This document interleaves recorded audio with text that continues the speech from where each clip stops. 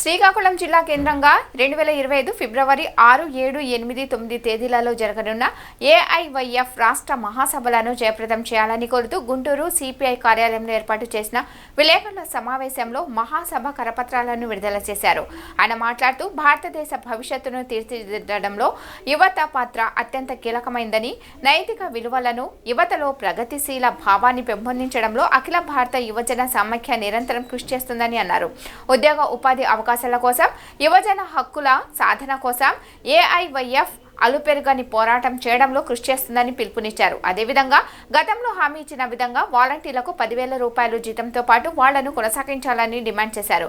ఈ కార్యక్రమంలో ఏఐవైఎఫ్ జిల్లా ప్రధాన కార్యదర్శి షేక్ వలీ, ఏఐవైఎఫ్ జిల్లా అధ్యక్షులు జంగల చైతన్య, రాష్ట్ర ఉపాధ్యక్షులు బందిల నాసర్జీ, నగర కార్యదర్శి మర్యాదాసు, జిల్లా కార్యదర్శి యశ్వంత్, ఏఐవైఎఫ్ నాయకులు రెహమాన్ తదితరులు పాల్గొన్నారు.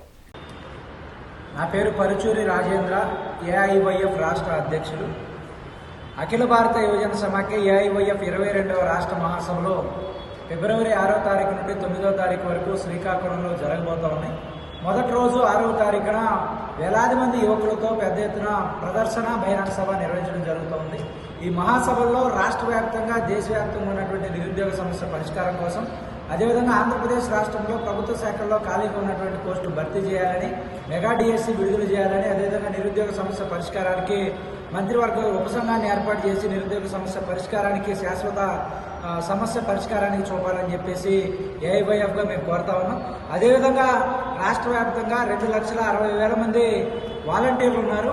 గత ఎన్నికల సమయంలో ఉగాది నాడు మీ అందరికీ కూడా తీపి వార్త చెప్తున్నాను, మిమ్మల్ని అందరినీ కొనసాగిస్తాము, 5,000 రూపాయలతో ఏమీ రాదు, 10,000 రూపాయలు గౌరవ వేతనం ఇస్తామని చెప్పేసి ప్రస్తుత ముఖ్యమంత్రి, అప్పటి ప్రతిపక్ష నేత నారా చంద్రబాబు నాయుడు గారు చెప్పారు.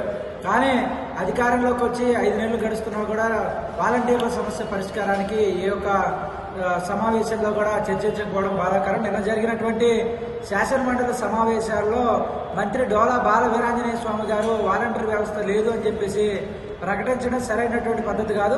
గత ప్రభుత్వం వాలంటీర్ వ్యవస్థను ఇంప్లిమెంటేషన్ చేస్తూ జీవో రెన్యువల్ చేయకపోతే మీరు ఎన్నికల్లో ఇచ్చినటువంటి హామీ ప్రకారం ఇప్పుడు మీరు జీవో తీసుకుని వస్తాము, కొత్తగా షెడ్యూల్ మేము అనౌన్స్ చేస్తాము అంటే, నోటిఫికేషన్ విడుదల చేస్తామంటే ఎవరు కూడా మిమ్మల్ని అడ్డం వచ్చేటటువంటి పరిస్థితి లేదు. కాబట్టి ఎన్నికల్లో ఇచ్చినటువంటి హామీ నిలబెట్టుకోవాలని చెప్పేసి కోరుతా ఉన్నాం.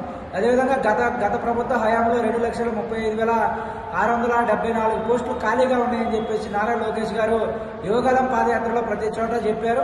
రాగానే డిఎస్సి నోటిఫికేషన్ ఇస్తామన్నారు. కానీ డిఎస్సి నోటిఫికేషన్ పేపర్లకే పరిమితమైన తప్ప ఇంతవరకు దానికి సంబంధించినటువంటి అతిగతి లేనటువంటి పరిస్థితుల్లో రాష్ట్ర వ్యాప్తంగా వేలాది మంది నిరుద్యోగులు కోచింగ్ సెంటర్లో మగ్గిపోతున్నటువంటి పరిస్థితులు ఉన్నాయి.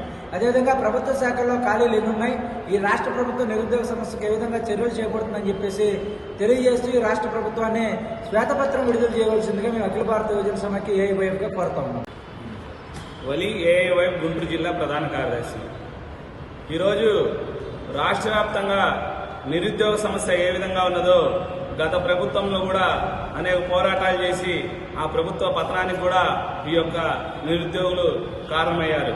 ఈ యొక్క రాష్ట్ర ప్రభుత్వం చంద్రబాబు నాయుడు గారు ప్రభుత్వం అధికారంలో రానప్పుడు మేము రాగానే 2 లక్షల పైచిలుగా ఉన్న ప్రభుత్వ ఉద్యోగాలను వెంటనే భర్తీ చేస్తాము, వాలంటీర్లకు కేవలం 5,000 రూపాయలు మాత్రమే ఇస్తా ఉన్నారు, 10,000 రూపాయలు గౌరవ వేతనం ఇస్తా ఉన్న ఈ యొక్క చంద్రబాబు నాయుడు గారు, ఎన్డీఏ కూటమి నేతలు పవన్ కళ్యాణ్ గారు మీరు నిరుద్యోగులకు ఏ విధంగా మోసం చేస్తా ఉన్నారో ఇప్పుడు మీరు జనాల్లోకి రండి, ఇప్పుడు ప్రజల్లోకి రండి. ఆనాడు పాదయాత్రల్లో సభలు పెట్టి మీరు ఏ విధంగా అయితే చెప్పారో ఈనాడు మేము ఇవ్వలేకపోతా ఉన్నాము, ఈ యొక్క హామీలు చూసి భయం వేస్తా ఉందని చంద్రబాబు నాయుడు గారు శాసనసభలోనే ప్రకటిస్తున్నారంటే, ఇన్నాళ్ళు ఈ దేశంలోనే సీనియర్ ముఖ్యమంత్రిగా ఉన్న చంద్రబాబు నాయుడు గారి మాటలకు కూడా విలువ లేకపోతే ఏ విధమైన రాజకీయం మీరు చేస్తా ఉన్నారో ప్రజలకు అర్థమవుతా ఉన్నది.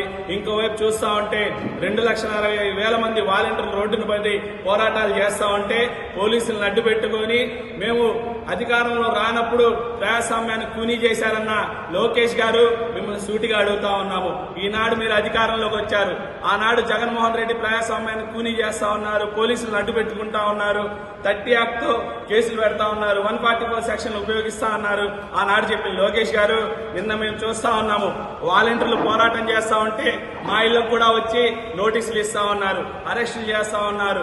మీరు ఏ విధంగా దీని మీద మాట్లాడతారు లోకేష్ గారు. క్షమించండి కామ్రేడ్, మిమ్మల్ని అరెస్ట్ చేసినందుకని ప్రభుత్వం అధికారంలోకి వచ్చిన కొత్తలో మెసేజ్ పెట్టిన లోకేష్ గారు మరి ఇప్పుడు రాష్ట్ర వ్యాప్తంగా జరిగిన పోరాటాలు మీకు గుర్తు రావట్లేదా?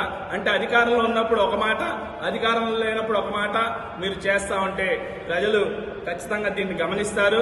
రాబోయే రోజుల్లో మీకు గుణపాఠం చెప్తారు. ఖచ్చితంగా మేము ఒకటి డిమాండ్ చేస్తా ఉన్నాము. రాష్ట్రంలో ఖాళీగా ఉన్న ప్రభుత్వ ఉద్యోగాలు వెంటనే భర్తీ చేయాలి. 2,60,000 వాలంటీర్ కుటుంబాలను ఆదుకోవాలి. వాళ్ళకి దాదాపు 60 నెలల జీతాలు కూడా ఖచ్చితంగా చెల్లించాల్సిందే. లేని పక్షంలో రేపు ఫిబ్రవరి నుంచి 6 నుంచి 9 దాకా శ్రీకాకుళంలో అఖిల భారతీయ యువజన సమాఖ్య ఏఐవైఎఫ్ రాష్ట్ర మహాసభలు జరగబోతా ఉన్నాయి. ఆ రాష్ట్ర మహాసభలో నిరుద్యోగ సమస్య మీద, వాలంటీర్ల సమస్య మీద భారీ ఎత్తున పోరాటానికి కూడా శ్రీకారం చుడతామని ఈ సందర్భంగా హెచ్చరిస్తా ఉన్నాము.